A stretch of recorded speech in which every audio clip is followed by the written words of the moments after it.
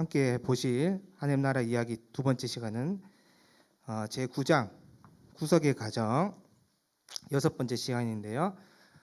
또 읽으면서 또 적용하는 부분들 나누는 이야기는 제 개인적인 적용이 또 될 수가 있고, 덧붙이는 부분들은 또 나름 또 연구한 부분들도 있고 제 개인 사견도 들어가는 부분이 있지만, 전체 내용은 요거를 몇 번 계속 집에 가셔서도 한번 읽어보면 한 건의 이야기를 구속사적인 관점에서 하나님 나라를 그려내고 있기 때문에 굉장히 좋은 내용인데요. 또 읽으면서 또 부분적으로 설명할 부분들을 또 곁들여서 하도록 하겠습니다.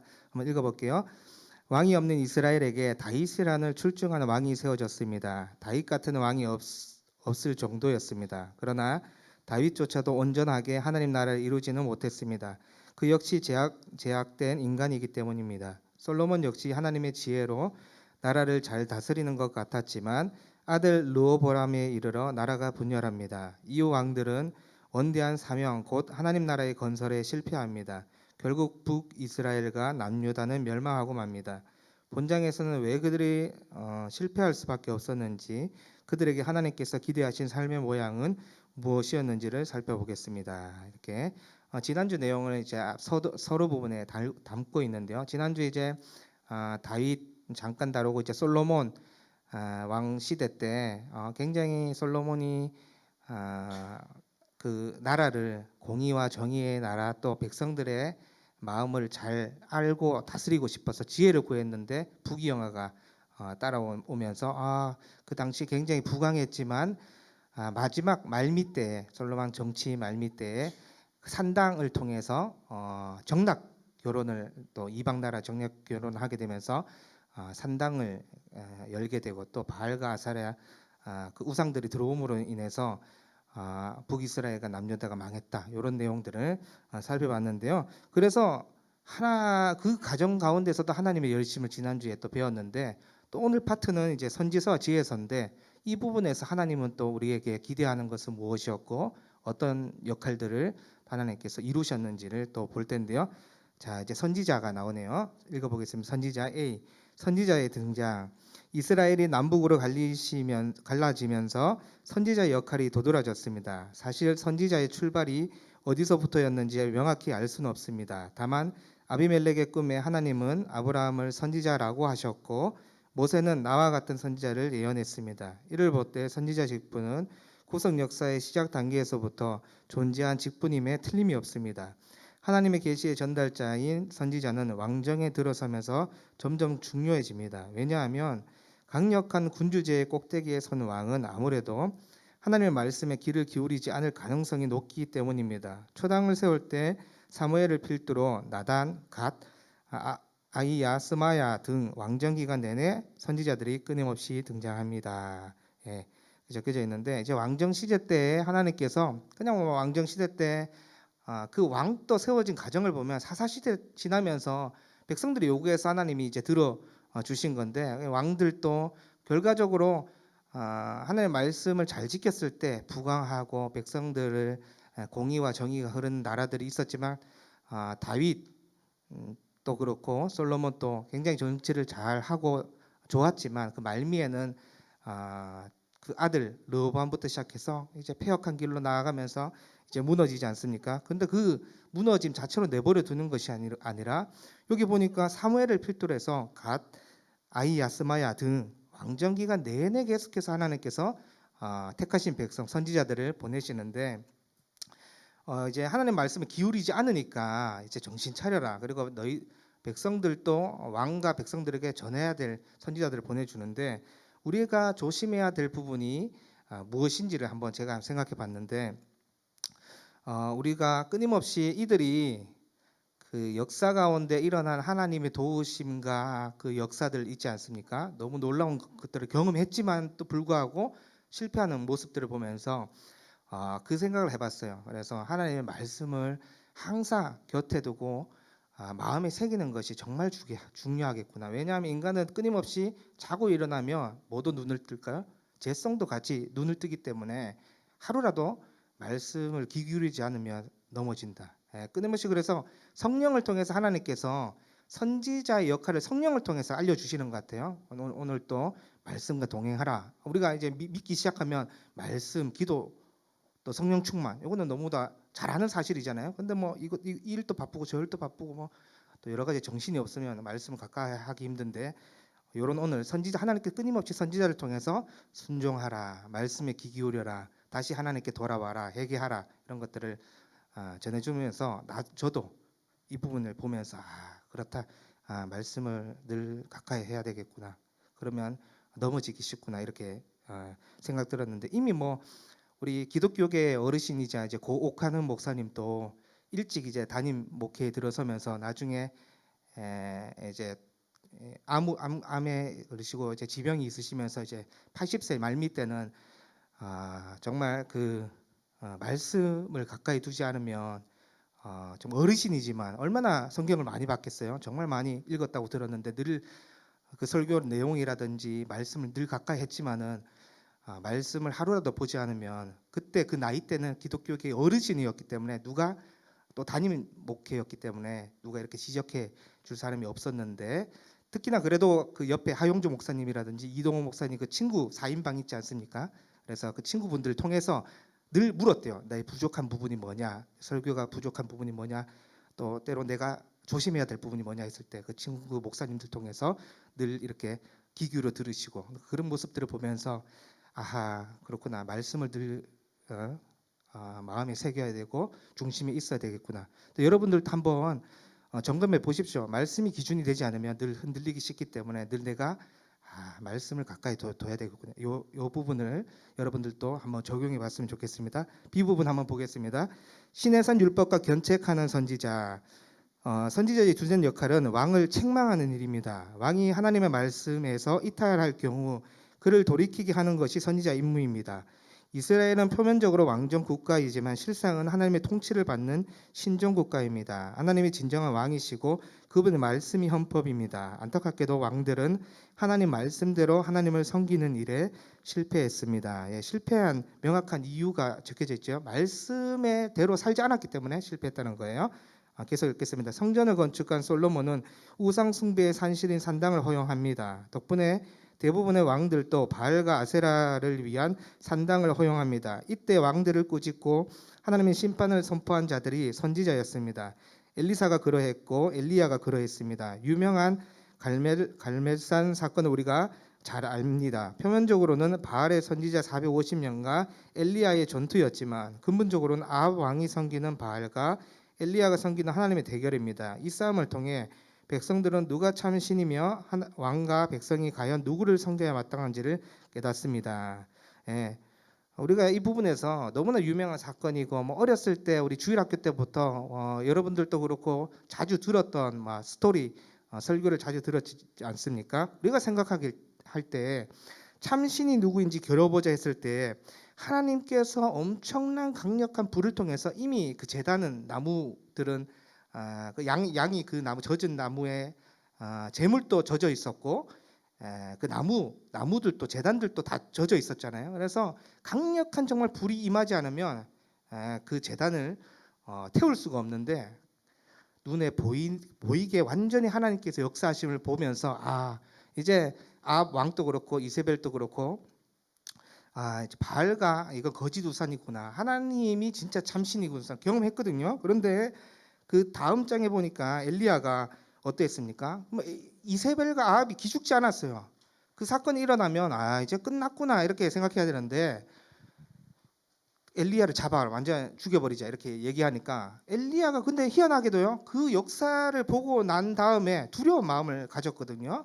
뭐 추후에 또 또 하나님의 도우심을 통해서 다시 일어서는 계기가 또 되기도 했지만은, 그래서 그걸 보면서 제가 한번 그 생각을 해봤습니다. 이 말씀이 있으니까 그 생각을 해봤어요.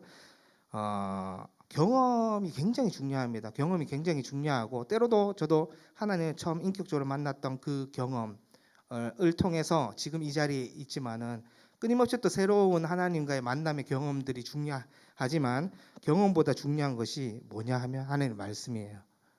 왜냐하면 이스라엘 백성들도 엘리야도 그 사건은 누가 보더라도 하나님의 역사거든요. 그러면 그 다음에 뭐 어떻게 이세벨이 어떻게 죽인다 그랬을 때 강하게 나갈 줄 알았거든요. 근데 두려운 마음이 들었잖아요. 그래서 끊임없이 우리가 과거의 어떤 경험보다도 더 중요한 것은 오늘의 하나님의 말씀에 귀 기울이자. 이게 더 중요합니다. 그래서 여러분들이 말씀 안에 거하면 이길 수 있고 과거의 경험에 치우치면 어떡할까요?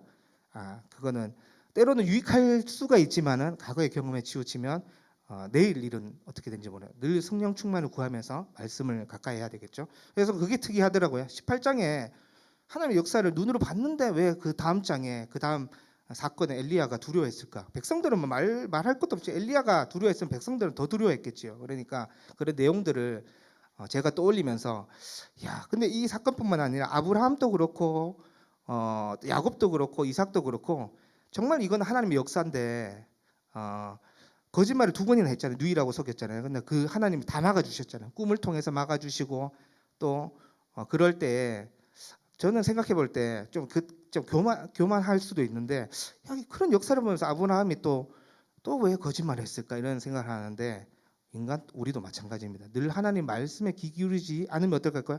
과거 엄청난 하나님께서 나를 인격적으로 만나 주셔서 그 과거에 경험했던 엄청 눈물콧물 다 흘린 사건들이 있지만은 오늘 내가 말씀에 안 기울이면 어떻게 될까요? 넘어진다. 너무나 잘 아는 건 뭡니까? 우리 자녀들 보면 알잖아요. 자녀들 막 우리 수련회 여름 성경학교 가서 그 뒤에서 기도했던 부모님들 그 눈으로 보시잖아요. 저도 어쩔 때는 청년 예전에 교사로 참석했을 때 뒷자리에 있으면 애들 띠글띠글 구르고 눈물을 흘리고 콧물을 흘리고 막 난리가 났어요. 다음에 또 일주일 지나니까 또 그 예전에 패턴으로 돌아가고 그런 모습을 보면서 왜 돌아갈까? 저와 여러분 이미 답을 알고 있잖아요. 수련회가 끝이 아니고 그 기점으로부터 계속 그 수련회 때 은혜 받은 대로 말씀을 봐야 되는데 보지 않기 때문에 이렇게 된다. 그래서 우리가 하나님과의 대결 구조에서 그 은혜를 받았을 때 그 다음에서 계속해서 말씀에 귀 기울여야 되지 않습니까? 그리고 우리가 사도행전 29장을 쓰는 게 이제 목표이기 때문에 선한 영향을 끼치기 위해서는 하나님의 말씀이 늘 기준에 있어야 됩니다. 말씀 없이 구호만 외치면 계속 넘어지게 되겠죠. 네, 계속하겠습니다. 선지자는 왕과 백성에게 하나님의 말씀으로 경고를 합니다. 물론 이는 당대에 갑자기 주어진 말씀이 아니라 시내산에서 주신 말씀, 곧 시내산 율법이었습니다. 노예로 살았던 애굽에서 구원하시며 순종할 것을 요구하신 율법과 계명이 이스라엘의 잣대였습니다. 왕과 백성이 이 율법에서 멀어질 때 선지자들은 곧장 심판과 징벌을 선포했습니다. 선지자들은 왕과 백성이 진정한 왕이신 하나님께 순종하도록 끊임없이 시내산 율법을 되새기게 했습니다. 그래서 누군가는 선지자를 시내산 언약의 항구적인 수호자라고 부르기도 합니다. 네, 갑자기 나온 것이 아니라 이미 출애굽기에서 하나님께서 모세를 통해서 율법과 계명을 준 말씀을 기준으로 해서 그 선지자들이 돌이키라. 너는 아직도 목이 굳어 있다. 다시 돌이켜서 돌아온다면 하나님께서 구원해 주시고 은혜를 베풀어 주신다. 그 메시지를 선지자들이 동일하게 전하는 거예요. 그래서 이 구속 스토리를 보면 이미 시내산 율법에서 십계명과 율법을 하나님께서 주셨거든요. 그것을 바탕으로 항구적인 수호자의 역할을 누가 한다고요? 선지자들이 했다. 이렇게 보면 될 것 같아요. 자, 포로전 선지자 한번 볼까요? 언약의 수호자들은 타락해가는 왕정을 향해 끊임없이 회개와 순종을 외쳤습니다. 만약 계속해서 죄를 짓는다면 나라가 멸망할 것이라고 선포했습니다. 포로전 선지자들은 분열 왕국 기간에 남유다와 북이스라엘에서 활동했던 선지자입니다. 이들 중 성경을 기록한 자는 11명, 연대별로 하면 오바다, 요엘, 요나, 아모스, 호세아, 미가, 이사야, 나움, 스바냐, 에레미야, 하바국입니다. 호세아는 북이스라엘을 창녀에 비유하며 남편이신 하나님께로 돌아올 것을 촉구했습니다. 아모스는 이방 나라처럼 배교한 북이스라엘에게도 하나님의 심판이라는 화살이 겨누어져 있음을 경고했습니다. 이 선지자들 외에도 포로전 선지자들은 시내산 언약의 기초에서 심판과 구원의 날을 선포했고 그것이 실현되는 한 날을 경고했습니다. 그 날은 어떤 날이죠? 여호와의 날이라 불리는 날입니다. 그날에 하나님은 죄를 지은 이스라엘을 심판하실 것입니다. 이스라엘이 멸망하는 날이며 바벨론의 포로가 되는 날입니다. 또한 그날은 심판과 함께 하나님의 온전한 구원의 선포가 선포되는 날이기도 합니다. 그러니까 이스라엘 백성에게 보면 이 메시지가 1차적으로는 멸망당하는 그 날이 1차적으로 일어나는 날이고 이것이 또 구원과 심판의 날이기 때문에 2차적인 또 메시지가 있어요. 오늘 이 말씀 읽으면서 구약의 말씀을 읽으면서 우리에게도 여호와의 날이 아직 남아 있잖아요. 예, 그러니까 끊임없이 말씀을 보면서 도전을 받아야 되겠죠. 아하, 그렇구나.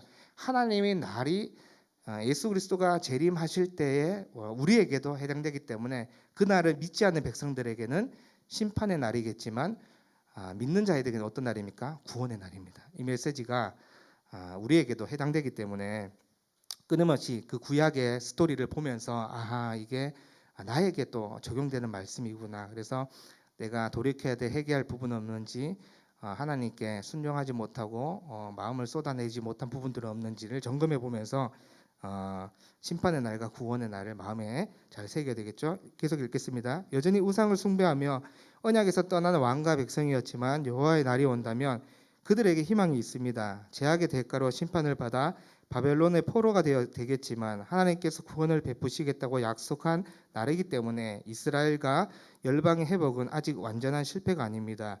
유사한 기대를 이사야는 고난받는 종 메시아를 통해 이루어질 것을 예언합니다. 이런 여호와의 날, 구원의 날에 대한 기대 때문에 예레미야는 성전과 약속의 땅을 두고 포로가 되어 바벨론으로 끌려가는 심판을 받아들이라고 합니다. 하나님의 심판의 때에 죄를 깨닫고 순순히 포로가 되어 떠나는 자들이야말로 하나님께서 자기 백성을 위해 남겨두신 자라고 말씀합니다. 물론 남유다의 왕과 백성들은 에레미야의 선포를 싫어했습니다. 자기들의 행실은 생각하지 않고 그저 선민의식에 사로잡혀 멸망과 포로는 결코 하나님의 뜻이 아니라고 굳게 믿었습니다. 이렇듯 포로 전 선지자들은 이스라엘 향해 외쳤습니다. 하나님의 율법과 언약을 기억하고 순종할 것을 여러 모양으로 촉구했습니다. 그럼에도 불구하고 불이스라엘과 남유다 모두 율법을 버리고 우상들을 섬겼으며 거룩한 언약 백성으로의 삶을 살지 않았습니다. 결국 심판은 언약대로 이루어져 주전 722년 북이스라엘, 주전 586년 남유다가 완전히 멸망했습니다.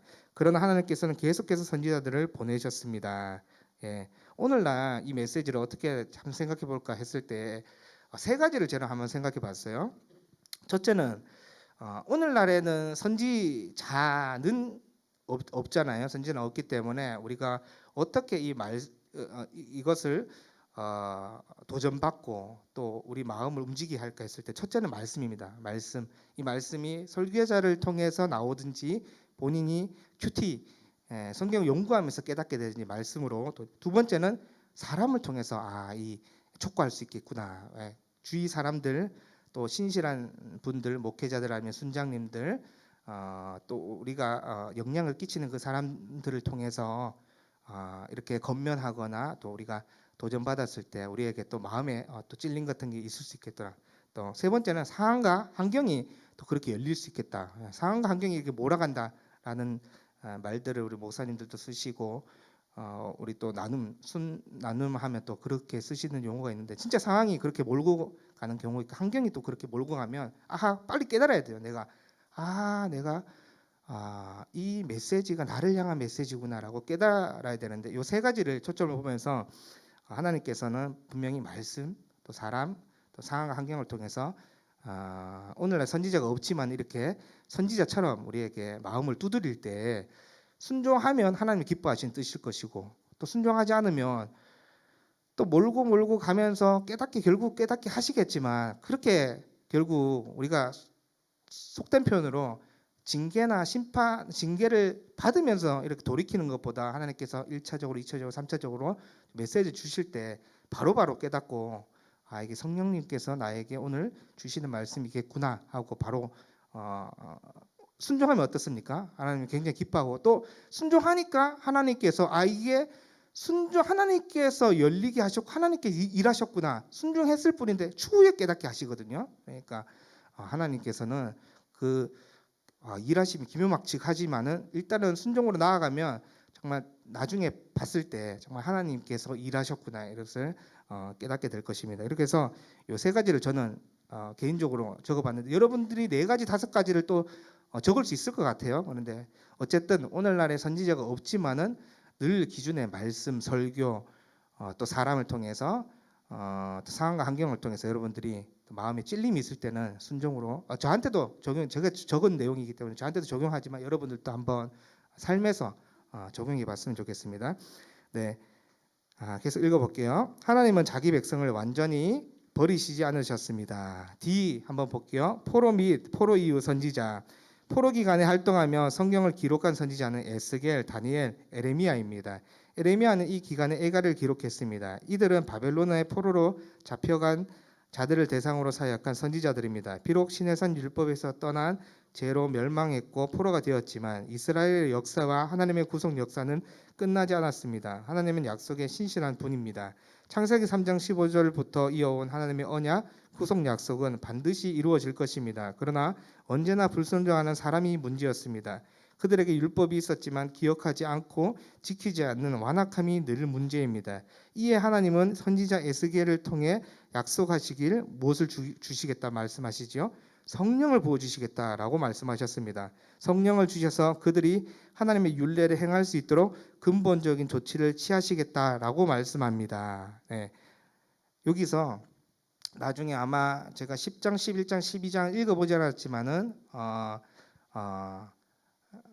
여기서 이 성령을 주시겠다고 에스겔에서 말씀하셨잖아요. 그런데 우리 마음판에 이미 이제 성령이 새겨졌기 때문에 성경은요 이제 신약 시대 때 보면 구약은 나름 이제 왕들을 통해서 실패한 스토리가 나오지만 완전히 이제 이 구약 스토리를 통해서 예수 그리스도가 오시고 성령이 내주하고 있는 주님의 백성들은 어떨 때 주님 말씀 귀 기울이지 않을 때는 넘어질 때가 있지만은 우리가 잘 알아야 될 부분이 뭐냐면 성령 충만하고 내주하신 성령을 통해서 하나님의 말씀의 빛이 비추지면 할 수 있다라고 끊임없이 얘기하거든요. 그렇기 때문에 이제는 근본적인 조치를 취해버렸어요. 그리고 예수 그리스도 통해서 성령이 내주하는 시대를 우리가 살아가고 있잖아요. 그래서 이 구약 스토리를 보면서 나도 안 되겠네 이렇게 생각하면 안 되는 거예요. 이제 성령이 주어졌기 때문에 오히려 예전에 종이와 돌판에 새겨진 것이 우리 내주하는 마음의 근본적인 조치가 이루어졌단 말이에요. 그러니까 어떻게 보면 더 신앙의 전성기를 갈 수 있다, 더 탁월해질 수 있다라고 생각해야 되는데 자꾸 과거의 엘리야 또 그런 선지자들을 보면서 아이고 나는 죽었다 깨어나도 안 된다 이렇게 생각하지 마시고 성령이 내주하기 때문에 하나님과 더 친밀하게 교제할 수 있다. 탁월하다 이런 느낌보다는 더 친밀하게 성령이 내 안에 내주하기 때문에 친밀할 수 있다라고 생각하면서 끊임없이 뭘 해야 될까요? 하나님과의 그 동행을 누리셨으면 좋겠어요. 누리는 시대가 열렸거든요. 근데 자꾸만 과거에 그분들은 탁월한 사람들이었고 나는 안 되겠다. 이것보다도 근본적인 조치를 취했다고 얘기하잖아요. 그래서 마음에 새겨진 성령님이 오셨기 때문에 더 친밀해지고 더 성령 충만을 누릴 수 있는 시대를 오늘 은혜의 시대를 살아가고 있어요. 이미 예수 그리스도 성취한 시대를 우리가 살아가기 때문에 끊임없이 주님의 나라를 열망하면 그 사도들이 누렸던 하나님과의 그 친밀감을 나도 누릴 수 있겠구나. 성령이 역사하기 때문에 이렇게 생각하면 좋을 것 같아요. 읽어볼게요. 이는 에레미야를 통해 말씀하신 새 언약과 연결됩니다. 새 언약은 이전 언약과 조금 성격이 다릅니다. 새 언약은 종이나 돌판이 아니라 마음에 새겨져서 지워지지 않을 것입니다. 근본적인 해결책이 제시되고 있습니다. 백성이 다시는 하나님의 율법을 망각하지 않는 온전한 백성이 되어 온 열방을 구속하시는 하나님의 목적을 성취할 것입니다. 이처럼 하나님은 선지자들을 통해 포로된 백성들에게 희망의 메시지를 주셨습니다. 이런 하의 분위기를 반영해 포로 이후 활동한 학계 선지자는 하나님의 심판이 있었지만 다시 우리와 함께 하실 것을 확신하며 성전 건축을 독려했습니다. 스가랴는 하나님의 종 싹순가 장차 고난 받아 죽임을 당할 사람을 통해 하나님 나라가 회복될 것을 예언했습니다. 말라기는 구약의 대단원을 내리면서 엘리야가 먼저 와서 예비할 정도로 위대한 분이 오셔서 여호와의 날 곧 심판과 구원의 날을 이루실 것을 예언합니다. 우리 아직 배우진 않았지만 이 모든 각각의 유명한 선지자들이 예언한 사람이 한 사람 비추고 있죠. 예수 그리스도를 향해서 가고 있는데 그 표현이 고난 받을 종 또 어떻습니까? 여호와의 싹 연한 순 같고 이렇게 얘기하는 여호와의 싹 그리고 말라기 때 보면 엘리야가 먼저 와서 예비한다 그랬는데 사복음서를 읽어보면 그 말씀이 있거든요. 제자들이 엘리야가 와야 돼야지 하나님 나라가 열리지 않습니까? 예수님께 질문했을 때 이미 엘리야가 왔다고 했어요. 예수님께서. 그 내용이 나중에 뒷부분 읽어보면 뭡니까? 세례 요한을 두고 말씀했는데, 세례 요한은 뭐를 전했어요? 회개하라, 천국이 가까이 왔다. 예수 그리스도가 왔기 때문에, 이 땅에 왔기 때문에 예수 그리스도를 증거하지 않았습니까? 그러니까 이게 다 매칭이 되는 거예요. 다 매칭이 되기 때문에 예수 그리스도가 성취한 하나님 나라를 성령을 통해 우리에게 이미 주셨는데, 우리는 그 나라를 성령을 통해서 누리지 못하고 있다면 누가 제일 안타까워할까요? 하나님께서 제일 안타까워하시겠죠. 근데 성령 충만은 어떻습니까? 진짜 그럴 때가 있어요. 막 찬양할 때, 또 말씀으로 막 가슴이 뜨거워지고, 기도할 때, 하나님과 친밀하게 기도할 때, 단지 이미 하나님 나라 아직 주님이 임재하지 오시 재림하지 않았기 때문에 그 나라는 열리지 않은 것이 사실이잖아요. 그런데 어떨 때는요, 이 성령이 막 이렇게 막 가슴을 막 두드리니까 마치 이 고요함 속에서 하나님 나라가 있는 것처럼 정말 그렇게 느껴지는 거예요. 그러니까 어떻습니까? 이미 임했지만 아직 완성되지 않은 나라는 신자들이 누릴 수 있다 없다? 누릴 수 있는 거예요. 이 땅에서 누릴 수 있는, 공동체의 교제를 통해서 누릴 수 있고, 개인 기도와 말씀을 통해서 하나님과 친밀해질 때 하나님 나라는 이미 누릴 수 있는데, 자꾸 재림 때는 완전한 나라를, 우리가 정말 그 완전한 신령한 몸이 부활해서 완전한 나라를 누리겠지만 이미 이 땅에서 누릴 수 있다라고 했기 때문에 제일 안타까운 게 그거예요. 막 설거지 봉사하고 교회를 하면서 이 삶에서는 희망이 없으니까, 소망이 없으니까 그저 빨리 죽고 저 나라에 갔으면 좋겠다. 옛날 어르신들 가장 많이 이렇게 봉사하면서 뭐 그런 말 들으면 그렇잖아요. 좀 하나님 가인 기뻐하실까? 이미 임한 나라에서 다 누릴 수 있다고 했는데, 그렇기 때문에 여러분들도 한번 잘 생각해 보십시오. 이 하나님 나라를 성령을 통해서 누리기 있기 때문에 다 이미 그 눈빛을 보니까 기도할 때나 말씀 볼 때 저와 저처럼 그런 날들이 있었던 것 같아요. 그러니까 그럼에도 불구하고 완전한 나라가 아니기 때문에 조금은 미비하겠죠. 근데 그때 여러분들 그 기도한 그 고요한 시간이라든지 주님과의 그 친밀한 동행을 한번 떠올려 보십시오. 그때는 정말 이것이 하나님 나라인가, 이런 거 마음이 막 두근두근거리고 정말 이 나라 빨리 가고 싶다는 마음 들지 않았습니까? 그렇기 때문에 이미 이 땅에서 누릴 수 있지만 저 영원한 본향의 나라를 향해서 또 어떻게 될까요? 주님을 끝까지 바라보시고, 목표를 가지고 바울이 그 나라를 달려갔잖아요. 근데 그 땅에서 못 누렸을까요? 바울이 누렸잖아요. 천만인이 나를 둘러싸고 막 죽이려고 막 달려들었을 때 바울이 근데 주저앉았을까요? 아니잖아요. 다음날 또 전도하러 나갔어요. 복음의 능력이 있기 때문에 전도로 나갔죠. 그런데 여러분들도 바울이 탁월한 게 아니고 성령을 충만한 사람은 다 탁월한 사람들이구나, 이렇게 생각하시면서 또 끊임없이 성령 충만을 구하시면서 그 나라가 충분히 누릴 수 있는 나라구나, 이렇게 생각하시면 좋을 것 같습니다. 네, 마지막 이렇게 마지막 부분 한번 읽어볼게요. 하나님은 선지자를 통해 오히려 이제껏 보지 못한 온전한 구속을 기대하게 하십니다. 이사야의 고난받는 종, 에레미야의 새 언약, 에스겔의 성령, 스가랴의 죽임 당할 종, 말라기의 엘리야가 예비하는 길을 통해 하나님은 더 이상 하나님 나라의 회복과 구속을 이스라엘에게만 맡기지 않으시고 보다 획기적인 자신의 종을 통해 이루실 것을 계시하십니다. 표면적으로 선지자들의 활동 시기는 암울했지만 실상은 하나님의 구속에 한 걸음 더 나아간 시기입니다. 더 완전하고 뚜렷한 하나님의 구속이 선지자들을 통해 계시되었습니다. 뒷장 넘기셔서요. 계속해 볼게요.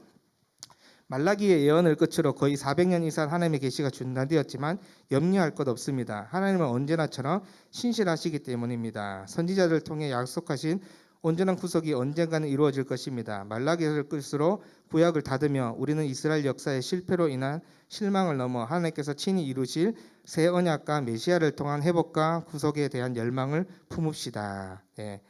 한 걸음 더 다가가는 계기가 되었기 때문에 그 현실은 어떻습니까? 실패한 것 같지만 아니다. 선지자를 통해서 끊임없이 그 나라는 반드시 있다라고 얘기하기 때문에 한 발자국 더 나아간 게 선지서라는 거예요. 자, 성문서들 한번 보겠습니다. 두 번째 파인 부분부터 한번 읽어볼게요. 하나님은 이스라엘을 제사장 나라 거룩한 백성으로 삼으셨습니다. 이는 그들의 구별된 삶을 통해 열방을 구속하시는 하나님의 구속 계획 때문입니다. 이를 위해 주신 법이 계명과 율법입니다. 그들은 출애굽기, 레위기, 신명기 등에 나타난 하나님의 율법을 잘 준수하며 살아야 했습니다. 그들이 지켜야 했던 율법은 삶의 모든 부분에 적용해야 될 대원칙입니다. 헌법과 시행의 규칙의 관계처럼 율법은 제사장 나라 거룩한 백성을 위한 큰 테두리였습니다. 그리고 그 테두리 안에서 율법을 실생활에 적용하며 살아가야 합니다. 그에 관한 아주 세밀한 적용들이 바로 성문서입니다. 욥기, 시편, 잠언, 전도서, 아가서가 약간 우리 삶이랑 좀 동떨어지지 않을까 그렇게 얘기하는데 다 실생활에 적용될 수 있는 하나님의 말씀인데 보니까 욥기, 시편, 잠언, 전도서, 아가서 이루어진 시와 지혜의 글들을 율법을 가진 하나님의 백성이 실생활에 어떻게 살아야 하는지에 대한 구체적인 적용을 보여주는데요. 욥기는 고난에 대한 교훈입니다. 빨리 조금 넘어갈게요. 욥기는 고난에 대한 교훈이고 시편은 뭘까요? 오직 하나님만을 위한 도움으로 여겨주시는 책이지요. 잠언은 뭘까요? 잠언은 여호와를 경외하는 참된 지혜를 가진 책이다. 이렇게 볼 수 있고 전도서는 헛되다 얘기하지만 하나님을 신뢰하고 의지하는 삶을 살아가도록 요청하는 이 세상 것 의지하지 말고 하나님을 신뢰하고 의지하는 삶을 독려하는 책이고요. 아가서는 이거 연애 소설 아닌가 이렇게 생각할 수 있는데 그 속에서 우리는 하나님과 그의 백성의 관계가 남편과 신부처럼 뜨겁게 사랑하는 사이다라는 걸 알 수 있어요. 우리 남편은 예수 그리스도 주님밖에 없잖아요. 그러니까 그 나라 가면 이제 확인시켜 줄 거예요. 주님께서 제사장 나라인 이스라엘은 먼저 하나님을 사랑해야 됩니다. 하나님 사랑 없이는 이웃 사랑, 즉 열방을 하나님께로 인도하시는 일이 이루어질 수 없다는 것을 가르치며 하나님을 사랑하고 섬길 것을 권하는 책입니다. 예. 그러니까 요거 한 가지를 잘 기억해야 되는데요. 하나님 사랑을 우리가 좀 깊이 묵상하고 성경을 통해서든 아니면 설교를 통해서든 아니면 개인 큐티를 통해서든 하나님이 나에게 어떠한 사랑을 주셨는지 깊이 고민해 보시고 묵상해 보십시오. 죽은 자를 살리셨잖아요. 그렇기 때문에 그 사랑에 흠뻑 빠지면 어떻게 될까요? 미워하는 원수들이 이게 하트가 그려지기 시작하면서 나를 만달러도 빚진 자가 사실 나거든요. 근데 하나님은 나를 살려주셨죠. 그 아들을 보내시면서 그 아들은 죄가 없으신 분인데 그렇기 때문에 이 하나님 사랑을 알 때 어떻게 될까요? 이웃 사랑으로 흘러가는 거예요. 이웃 사랑이 먼저 아니고 구호를 외쳐서 오늘 또 이웃을 사랑합시다 하고 하나님 사랑을 놓치고 구호만 외치면 어떻게 될까요? 며칠 못 가는 거야. 오늘 외치고 내일 외치고 한 3일 갈까요? 4일 때부터는 속으로 어떻게 될까요? 미워하게 대상들 미워하는데 하나님 사랑이 바탕이 됐을 때 어떻게 될까요? 하나님이 나를 용서해 준 것 같이 나도 남을 용서해 준다. 이 사실을 우리가 때로는 알면서도 저도 놓치더라고요. 저도 놓치기 때문에 여러분들 한번 곰곰이 생각해 보십시오. 하나님 사랑이 바탕이 안 되면 이웃 사랑이 좀 힘들다. 이렇게 보시면 되고 질문을 하겠습니다. 오늘 메시지를 통해서 질문하겠습니다. 선지자는 하나님의 말씀에 비추어 하나님 나라의 왕과 백성에게 경고하는 사람들이었습니다. 하나님 나라의 백성인 나의 삶에서 지금 말씀과 동떨어진 부분이 무엇일까 생각해 봅시다. 네, 요 과제는 한 주간 과제이고요. 여러분들이 한번 깊이 묵상해 보십시오. 마지막으로 우리가 답 달면서 리뷰하고 마치도록 할 텐데요. 뒷장 한 장 넘기셔서 한번 5페이지 볼게요. 선지자의 등장. 갈로 뭘까요? 땡땡이 시작하면서 선지자 역할이 중요하다. 왕이 권력으로 하나님의 말씀을 듣지 않을 가능성이 있기 때문에 뭘까요? 무슨 시대일까요? 왕정이 시작되면서 견체 이렇게 회개하라 돌이키라 이렇게 얘기했죠. 비본에 나오네요. 신의 율법과 선지자의 역할, 왕과 백성을 갈로 뭘까요? 뭐뭐 하는 것, 견책하는 거예요. 견책. 그래서 견책 제가 좀 국어 이런 사전 좀 약해가지고 견책을 네이버에 치니까 이렇게 적혀져 있어요. 잘못을 꾸짖고 회개하게 만드는 것, 이게 견책입니다. 견책하는 것. 그 기준이 무엇이었을까요? 갑자기 막 하나님께서 이렇게 얘기한 게 아니고 신의 율법인데 신의 율법. C 볼게요. 포로전 선지자 타락하는 왕정을 향해 갈로 뭘까요? 뭐뭐와 순종을 외침. 선지자 역할이 뭘까요? 회개와 순종을 외쳤죠. 신의 산 언약의 기초에서 하나님의 심판과 구원의 날인 여호와의 날을 선포했죠. 여호와의 선포했고 이사야는 갈로 뭘까요? 고난 받는 종을 통해 구원이 이루어질 것을 예언했다. 우리 이사야 53장에 보면 명확하게 적혀져 있죠.